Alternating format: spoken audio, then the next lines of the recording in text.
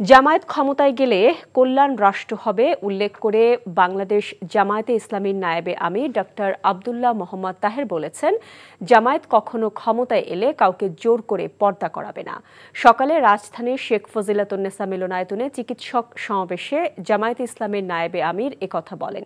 তিনি বলেন, ছাত্র জনতার হাত ধরে যে বিজয় তা এখনো বিপ্লবের পর্যায়ে পৌঁছেনি। তিনি আরও বলেন, জামায়াত সম্পর্কে সমাজে ভুল ধারণা দেওয়া হয়েছে। ছাত্র জনতার আশা আকাঙ্ক্ষা অনুসারেই আগামী রাষ্ট্র বিনির্মাণ হবে।